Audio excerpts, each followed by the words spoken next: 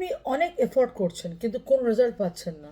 এইরকম পরিস্থিতিতে আপনার বিজনেস বা কাজের জায়গায় বা আপনার দোকানের উপর নজর লেগে থাকতে পারে বা কেউ কিছু করে থাকতে পারে, হ্যাঁ, যার জন্য আপনি এত এফোর্ট দিলেও রেজাল্ট পাচ্ছেন না। তাহলে মঙ্গলবার অথবা শনিবার একটা হলুদ রঙের লেবু নেবেন, যেটার মধ্যে কোনো দাগ থাকবে না।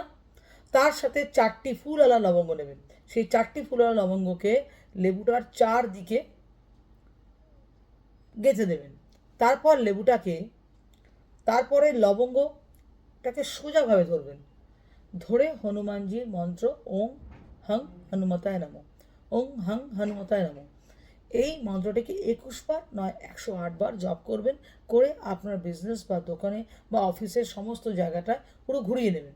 তারপর ওই 4টে লবঙ্গকে ওর থেকে বার করবেন, করে আপনি অফিসে বা বিজনেসে বা দোকানে যেখানে আপনার মনে হবে সেটা কর্পূর দিয়ে জ্বালিয়ে দেবেন এবং লেবুটা 4 রাস্তার মাঝখানে ফেলে দিয়ে আসবেন এবং পিছনে ঘুরে তাকাবেন না। এটা একবার করতে পারেন অথবা 7 বার কন্টিনিউয়াসলি করবেন।